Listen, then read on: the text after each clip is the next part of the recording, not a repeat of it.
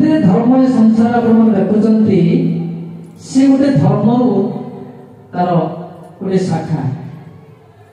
ସେ ସନାତନରୁ ଯାଇଛନ୍ତି। ଆପଣ ଖ୍ରୀଷ୍ଟ କୁହନ୍ତୁ, ଖ୍ରୀଷ୍ଟ ଇସଲାମ ବୌଦ୍ଧ ଜୈନ କୁହନ୍ତୁ, ଅଚ୍ୟୁତାନନ୍ଦ ମହାପୁରୁଷ କହିଲେ ଏସବୁ ଧର୍ମ ସନାତନ ଯାଇଛି। ସନାତନ ହିଁ ଏକମାତ୍ର ଧର୍ମ ଏ ଜୀବନ। ତେଣୁ ସେ କହିଲେ ନିରାକାର କର୍ମ ଧର୍ମ, ନିରାକାର କର୍ମ ଧର୍ମ, ଖ୍ରୀଷ୍ଟ ଇସଲାମ ବୌଦ୍ଧ ଜୈନ ଅଛି ଆମର ଲେଖ ଧର୍ମ, ରୋଧାରି ଗୋଲାମ ଅଛି ସରବେ ପଡ଼ିବେ ଭାଜି, ସରବେ ପଡ଼ିବେ ତାଙ୍କ ଜୀବଟି ହଜି, ଶୂନ୍ୟବାଦୀ ଶୂନ୍ୟ ହେବେ ଗଞ୍ଜି, ରୋଜାଇ ଗୋଲାମ ଶୂନ୍ୟବାଦୀ ଶୂନ୍ୟ ହେବେ ଗଞ୍ଜି, ରୋଜାଇ ଗୋଲାମ ଶୂନ୍ୟବାଦୀ ଶୂନ୍ୟ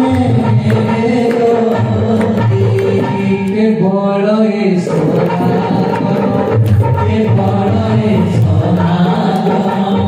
ধর্মକୁ ସ୍ଥାପିବେ ଶ୍ରୀନାରାୟଣ, ଆଉ ଯେତେ ଧର୍ମ ହେବ ଚୂର୍ଣ୍ଣ, ରୋଧାରି ଗୋଲାମ ଆଉ ଯେତେ ଧର୍ମ ହେବ ଚୂର୍ଣ୍ଣ।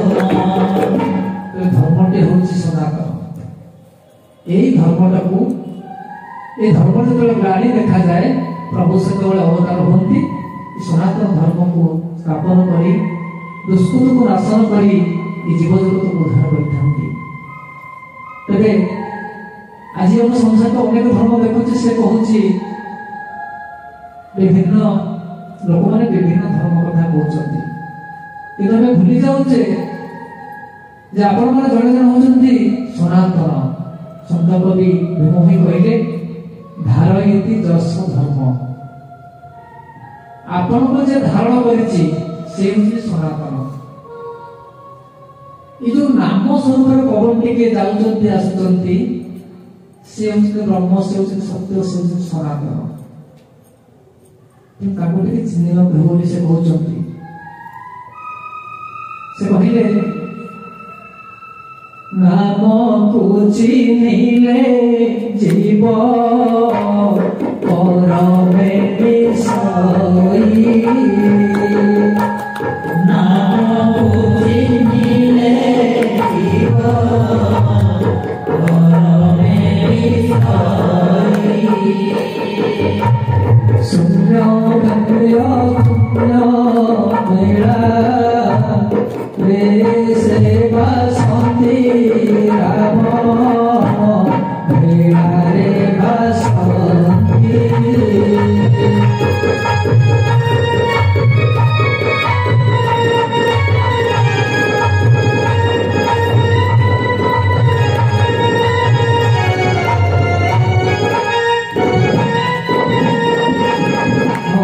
ସର ଭେଳା ପ୍ରାୟ ହବ ସିନ୍ଦୁରେ ଭାସନ୍ତି ରାମ, ସିନ୍ଦୁରେ ଭାସନ୍ତି।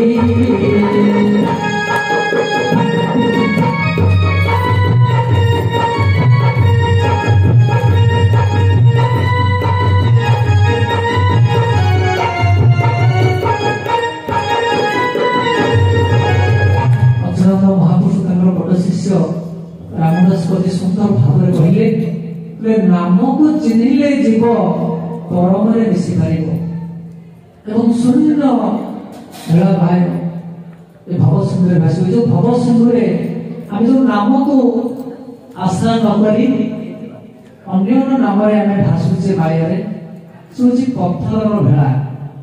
ସେ ନାମରେ ଆମେ କରିପାରିବା ନାହିଁ। ଅଚ୍ୟୁତ କଥା ରାମଦାସକୁ କହୁଛନ୍ତି। ସେ ନାମଟି କିଏ? ସେ ନାମକୁ ଜାଣିଲେ ଆମେ ସନାତନକୁ ପାଇଯିବା। ଆଉ ସନାତନ ଧର୍ମକୁ ଜାଣିଲେ ଆମ ଭିତରେ ଥିବା ଦୁଷ୍କୃତ ନାଶନ ହେଇଯିବ, ଧର୍ମରେ ଧାରଣା ଆସିବ। ଧର୍ମରେ ଧାରଣା ଆସିଲେ ये जीव किपरि परित्राण लाभ करिवो से कथा को मिलिजिवो। तो से नामटी कोन जो नामटे थिबारु मु आपण मानू किछि कहूची मो भीतर से नाम थिबारु और आपण माने किछि सुनुचंती आपण को भीतर से नाम थिबारु ले नाम कोटि दिला तुझे काया हुए फूला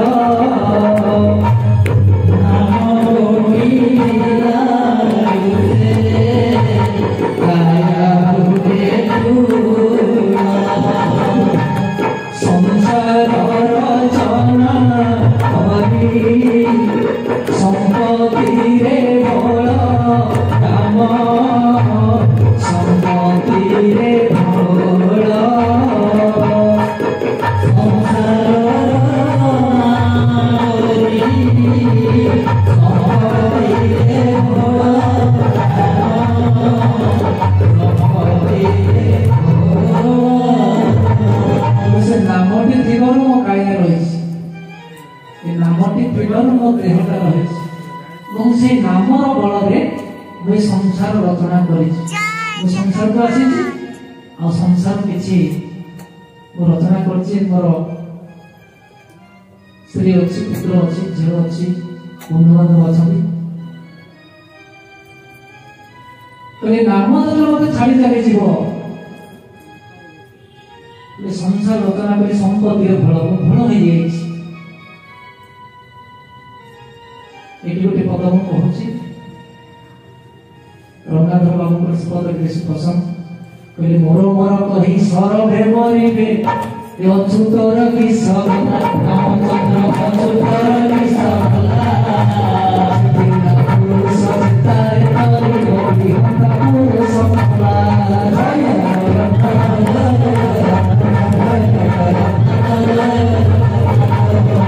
सब किसी मोर स्त्री मोर घर मोर द्वार मोर ये गाड़ी मोर टंका मोर मोर मोर कही सरगा मरिबे अच्युतर विष गला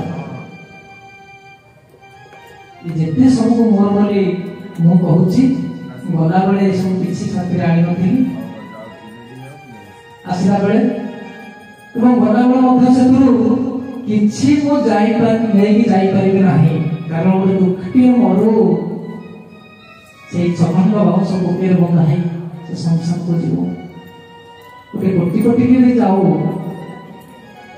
अति बेसी से जिनस ही लोड़ा हो मो नामटा को चिन्ह पारे एत जीवन अति समय अतिबाहित हो गला ये नाम कौन मुझे जापारि ना आज ब्रह्म व्याख्या बेले से नाम ब्रह्म संपर्क महापुरुष अच्युतानंद कहते नाम गले रूप कही नचोइबे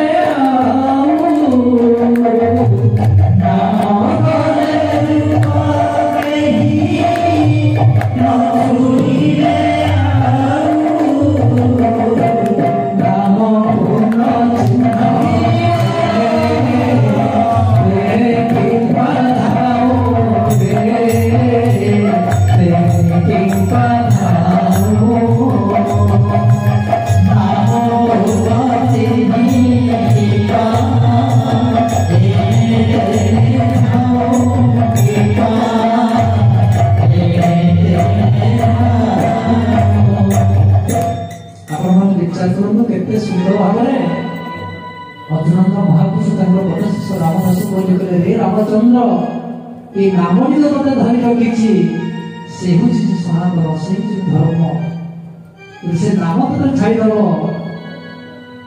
तते कहीं कहबे जी हूँ साधु से हूँ मालिक से हूँ राजा सागे सागे कहबे कि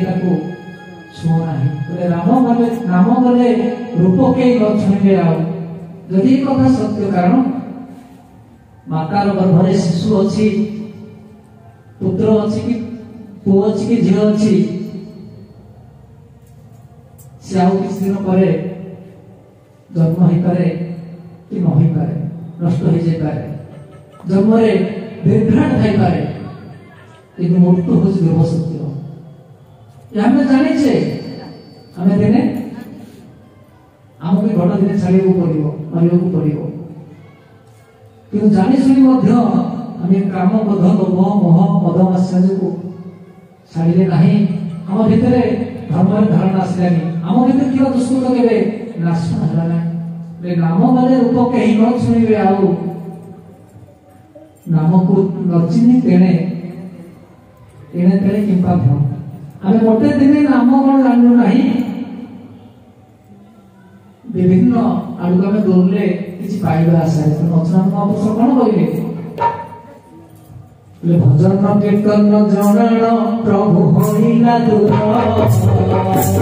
ମତେ କହିବୁନି ନଚିନି ମମ ଶିବହିର, ମତେ କହିବୁନି ନଚିନି ମମ ଶିବହିର,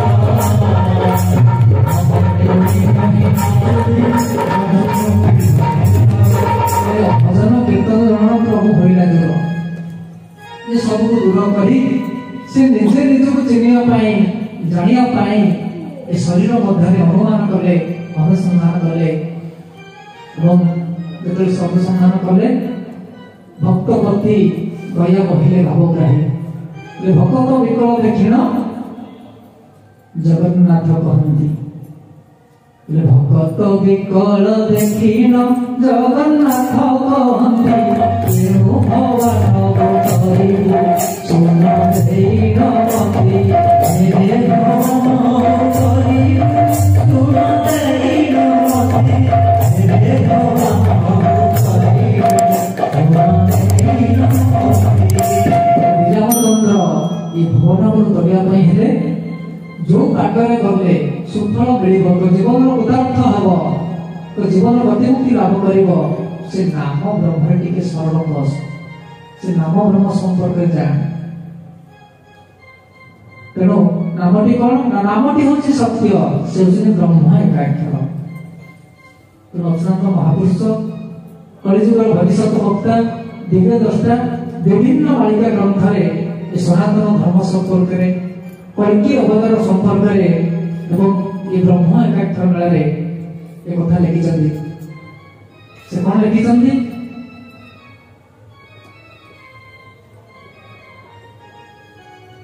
ସ୍ଥାନେ ସ୍ଥାନେ ମୋର ଭକ୍ତେ ମହିମାକୁ ଗାଇବେ, ଦିନ ଅଚ୍ୟୁତାକୁ ଶରଣ ଫେରିବେ, ଦିନ ଅଚ୍ୟୁତାକୁ ଶରଣ ମାଗିବେ ସଫେରିବେ, ଦିନ ଅଚ୍ୟୁତାକୁ ଶରଣ ମାଗିବେ ସଫେରିବେ। ସ୍ଥାନେ ସ୍ଥାନେ ମୋର ମହିମାକୁ, ସତ୍ୟକୁ ମୋ ଭକ୍ତମାନେ ପ୍ରଚାର ପ୍ରସାର କରିବେ ଏବଂ ଦିନ ଅଚ୍ୟୁତାକୁ ଶରଣ ମାଗି ଆମେ ନିଜ ନିଜ ଦେଶ ବା ନିଜ ନିଜ ଘରକୁ ଫେରି ଆସିବେ। ଆମେମାନେ ମଧ୍ୟ ଏ କାର୍ଯ୍ୟକ୍ରମ ପରେ ନିଜ ନିଜ ଦେଶକୁ ଆମେ ଫେରିଯିବା। କିନ୍ତୁ ସବୁଠୁ ବଡ଼ କଥା ହେଲା, ଆମେ ଯୋଉମାନେ ଯୋଉଥିପାଇଁ ଆମେ 40 ଯୁଗରୁ ଆଜି ପର୍ଯ୍ୟନ୍ତ ଅପେକ୍ଷା କରି ରହିଛନ୍ତି ସେ କଳ୍କି ଅବତାରକୁ ଦେଖିବା ପାଇଁ। ସେ କଳ୍କି ଅବତାର କିଏ? ଆଉ ପଦଟିଏ କହି ଆମର ବକ୍ତବ୍ୟକୁ ବିରାମ ଦେବା। ସମୟ ବହୁତ ବଢିଗଲାଣି। ତେବେ ସେ କହିଲେ ଭାଗବତରେ, ଆପଣ ସମସ୍ତେ ଭାଗବତ ପଢୁଛନ୍ତି, ଭାଗବତରେ କଳ୍କି ଅବତାର ସମ୍ପର୍କରେ ଜଗନ୍ନାଥ ଲେଖିଛନ୍ତି।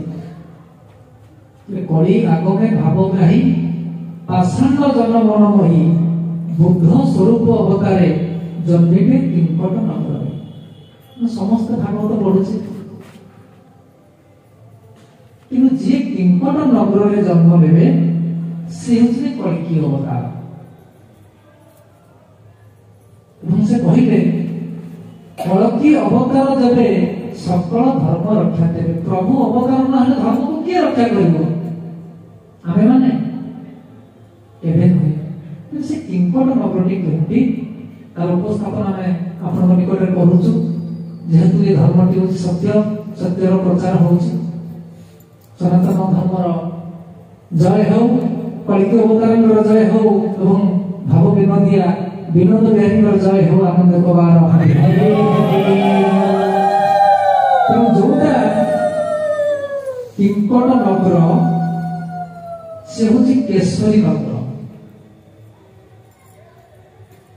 जोटा तो जगन्नाथ दास भागवत लिखिछन किंपट नगर महाप्रभु श्री जगन्नाथ शेष कल्कि अवतार भाव में जन्मग्रहण करेंगे।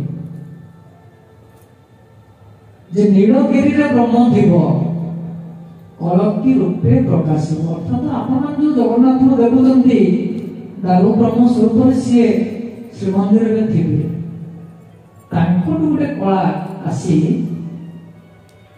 मानव शरीर में श्री जगन्नाथ महाप्रभु कल्कि अवतार भाव में जन्मग्रहण करेंगे।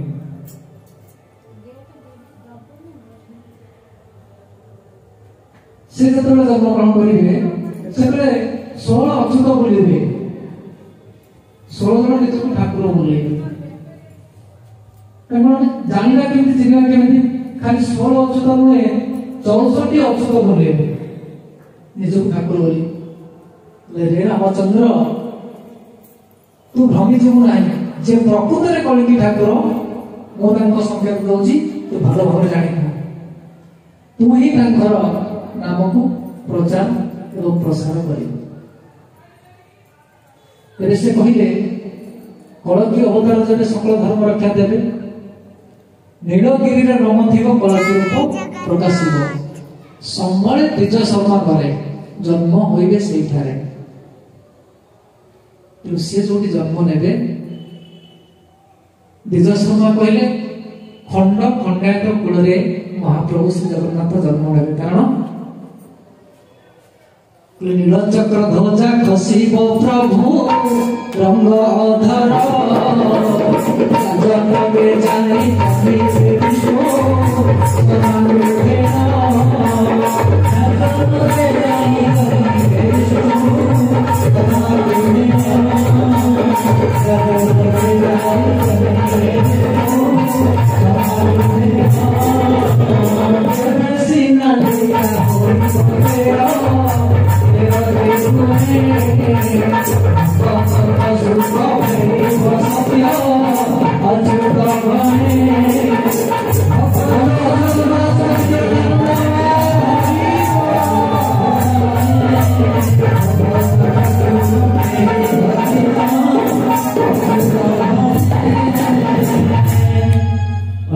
महापुरुष भविष्य मालिका कलिकल्प नवम निकट लिखिले कहले नीलचक्र ध्वजा खसिब से नीलचक्र जो पतित बना उड़ुनी जो दिन महाप्रभु श्री जगन्नाथ कल्कि अवतार भाव में जन्मग्रहण करेंगे विष्णु शर्मा घरे तेबे जाइबो तेबे भक्त मान संकेत देले एवं रामदास कहले तेबे जाई जानिबो प्रभु लीला समय हो गला कथा तो आम समस्ते पढ़ी आसीचे शुणी आसुचे अनुभव कौन करे तेबे सीना लीला हो 13 त्रिगुणे अर्थात 13 रे 3 गुणा हो 39 39 रे 13 मिशन हो 52 1952 मसीहा षटतिला एकादश दिन कृष्ण पक्ष धराधाम हेले श्री जगन्नाथ महाप्रभु कल्कि अवतार भाव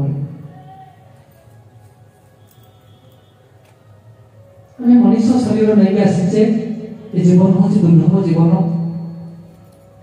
आपण मैंने अनुभव करूँ कि जदि अजंत महापुरुष अति आम निकट अच्छा सत्यजुग नारायण दास अभिषेक वक्ता तृतीय वाल्मीकि द्वापर व्यास कलिजुग भविष्य वक्ता सी हूँ अच्युतानंद महापुरुष वाक्य के अन्यथा हम ना तेणु सी संकेत दौरान नीलचक्र ध्वजा खसिब जो दिन से दिन प्रभु जन्म ने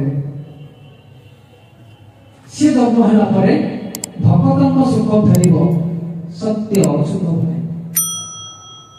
जाजनगर कौटी महापुरुष मैंने यहीपरि भाव लिखिं जाजनगर समरनगर किकट नगर कमलपुर किकट नगर केमी जाना ना जहाँ किंकट नगर भागवत लिखिं ये आम ओडिशा रे कटक जिला मध्य गोटे जिला अच्छे तार ना हूँ केशरी नगर अच्युतानंद महापुरुषंकर अमरजम मालिका लेखा अछि केशरी नगरे तार घर दिव्य माटी तार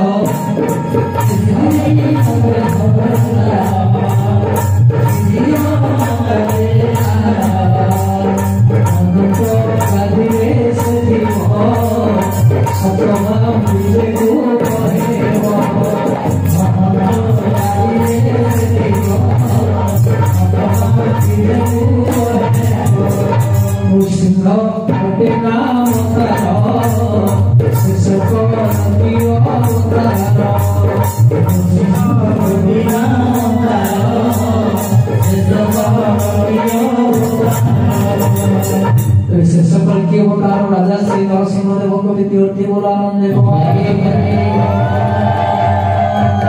केशरी नगर कहले कटक जिला केउंटी अछि केशरी नगर ताको अच्युतानंद महापुरुष अमरजोर ग्रंथ लिखिछन्ति से केशरी नगर स्थान रे गोटे अनंत गादी थिबो सप्तमणी अनंत गोटे गादी थिबो एवं से गादी को लागी गोटे गिरिधारी कोट बा मठ थिबो एवं से निकट थिबो क्षेत्र हरिहर अभिषेक कहले जम्बुदीपे रही अछि संबलन घर संबलन घरे जान क्षेत्र हरिहर